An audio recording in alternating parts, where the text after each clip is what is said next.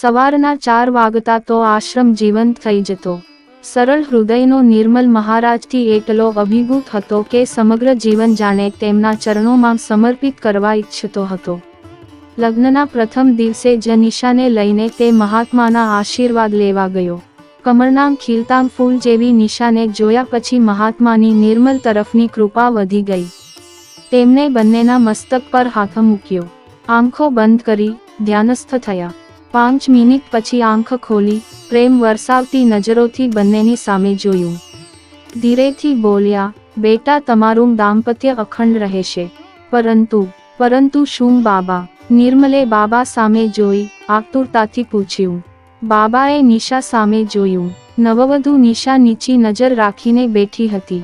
બાબાએ કહ્યું, દીકરીના ગ્રહ નક્ષત્ર અને યોગ એવું કહે છે કે 10 દિવસ તમારે મંત્ર જાપથી આત્મશુદ્ધિ કરવી પડશે. એ દિવસો દરમિયાન જરૂર પડશે તો હું શક્તિપાત કરીને અનિષ્ટને દૂર કરીશ. પણ આત્મશુદ્ધિની સાધના તમારે અહીં જ કરવી પડશે. નહીં તો તમારા દાંપત્ય જીવનમાં કષ્ટ થવાની સંભાવના છે. બાબાથી અત્યંત પ્રભાવિત નિર્મલ તો આંખમાં આંસુ સાથે બાબાને પ્રણામ કરતો ધન્યતા અનુભવવા લાગ્યો. પણ નિશાએ વિસ્ફારિત નેત્રે નિર્મલ સામે જોયું. તેની આંખમાં આશ્ચર્ય કરતાંય નારાજગી વધુ હતી. નિર્મલ સમજ્યો. સદાનંદ મહારાજ સામે જોઈને તેને વિનંતીના ભાવથી કહ્યું, મહારાજ શ્રી, અમે ઘરે રહીને જ વ્રત કરીએ તો? આપ કહો તે પ્રમાણે નીતિ નિયમો પાળીએ તો કેવું? ના વત્સ, આશ્રમના વાતાવરણમાં અને ખાસ તો મારા ધ્યાનના પ્રભાવથી તમારા પરની આપત્તિ હટશે. બાકી તો તમારી મરજી. સદાનંદજી આશીર્વાદ આપી અને ઊભા થયા. નવદંપતીએ પણ ઊભા થઈ અભિવાદન કર્યું. નિશાની નારાજગી અને નામરજી છતાં નિર્મલે ત્યાં રોકાવાનું નક્કી કર્યું. નિશાએ કહ્યું પણ ખરું, નિર્મલ, સ્ત્રીઓ પાસે છઠ્ઠી ઇન્દ્રિય હોય છે, જેનાથી સામેના માણસના વિચાર વૃત્તિને એ સમજી શકે છે. મને આ મહારાજની નિયત શુદ્ધ લાગતી નથી. અરે નિશા, એ તારો વહેમ છે. સદાનંદ બાબા બીજા લેભાગુ જેવા નથી.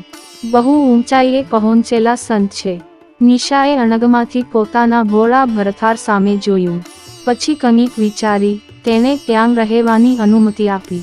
3 દિવસ સુધી તો મહારાજે નિશાને પોતાની અધ્યાત્મ વિદ્યા દ્વારા આંજી નાખવાનો અને પોતાના વાક્ચાતુર્યથી વશમાં કરવાનો પ્રયાસ કર્યો. નિશા મૌન ભાવે તમાશો જોતી રહી. મહાત્માએ જાણ્યું કે નિશા હવે પોતાના વશમાં આવતી જાય છે. તેથી ચોથા દિવસે તેમણે રાતના સત્સંગ પછી બંનેને પોતાની ખાસ ધ્યાન કુટીરમાં બોલાવ્યા. નિશાએ અર્થસભર દ્રષ્ટિએ નિર્મલ સામે જોયું. પણ તે તો જાણે સંમોહન અવસ્થામાં હતો. બાબાના સ્વભાવથી અજાણ નિર્મલ માત્ર તેના પ્રભાવથી અંજાઈ ગયો હતો. રાતના સમયે બાબાએ નિર્મલને 1 કલાક આત્મશુદ્ધિનું અનુષ્ઠાન કરાવી પવિત્ર મંત્ર જળનું પાન કરાવ્યું. પછી તેને યોગ નિદ્રામાં જવા ધ્યાનખંડની બાજુની રૂમમાં મોકલી દીધો. હવે નિશાનો વારો હતો. અમંગળ ભવિષ્યની કલ્પના સાથે નિશા બાબા સામે અનુષ્ઠાન કરવા બેઠી. બાબાએ પોતાની આંખમાં જાણે સમસ્ત જગતની કરુણા ભરી દીધી.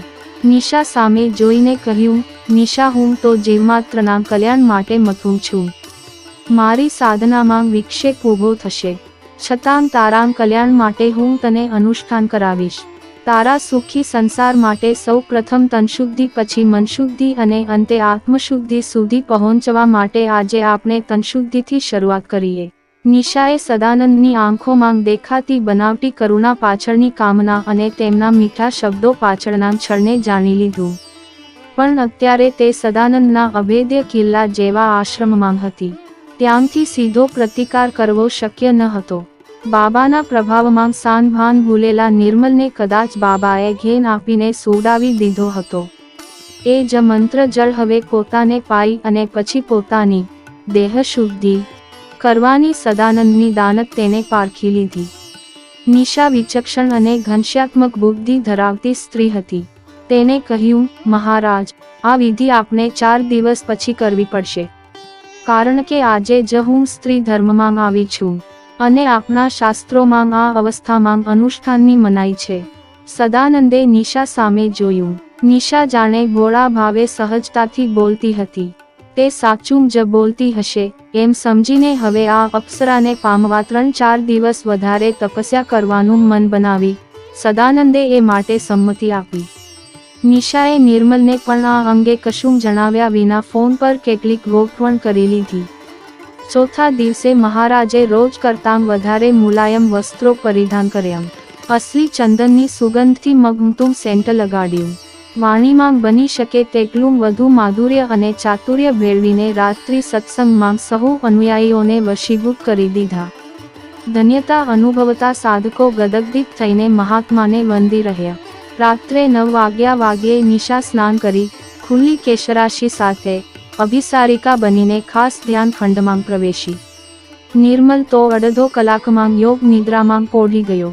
નિશાને લોલુપતાથી તાકતા મહાત્માએ તેને પોતાની પાસે બોલાવી. કામદેવના પ્રવેશથી હળવું કંપન અનુભવતા મહાત્મા નેત્રોથી અને વાણીથી કામબાણ છોડવા લાગ્યા. નિશા સાંભળતી રહી. સદાનંદ પોતાના સંન્યસ્તને ભૂલી ઉપવસ્ત્ર ફેંકી અને અર્ધખુલ્લા દેહે નિશાને ભેટવા દોડ્યો. પાસે પહોંચતા જ રણચંડી બનેલી નિશાએ કચકચાવીને સદાનંદના ગાલ પર તમાચો માર્યો. સદાનંદ લડખડાયો. ત્યાં જ ધ્યાનખંડનો દરવાજો ખોલીને પોલીસ દાખલ થઈ. પોલીસના 2 દંડા પડતા માંગતો સદાનંદ ગરીબ ગાય બની હાથ જોડીને કરગરવા લાગ્યો. નિશાએ છુપાવેલો ગુપ્ત કેમેરો પોલીસને આપ્યો. સદાનંદની લીલા તેમાં કેદ થઈ ગઈ હતી. સદાનંદ મહેલમાંથી જેલમાં પહોંચી ગયો. નિર્મલે સત્ય જાણ્યું ત્યારે શર્મિંદગી સાથે તેણે નિશાની માફી માગી. નિશા પોતાના સરળ નિર્મળ સ્વભાવના પતિને આંસુભરી આંખે ભેટી પડી. અભિસારિકાનું આ અભિજાત્ય પોતાના ગૃહ પ્રવેશ સાથે જ પૂર્ણ રૂપે નિખરી ઉઠ્યું. બંનેના જીવનને ધન્ય કરતી સુહાગરાત સાચા અર્થમાં સાર્થક થઈ.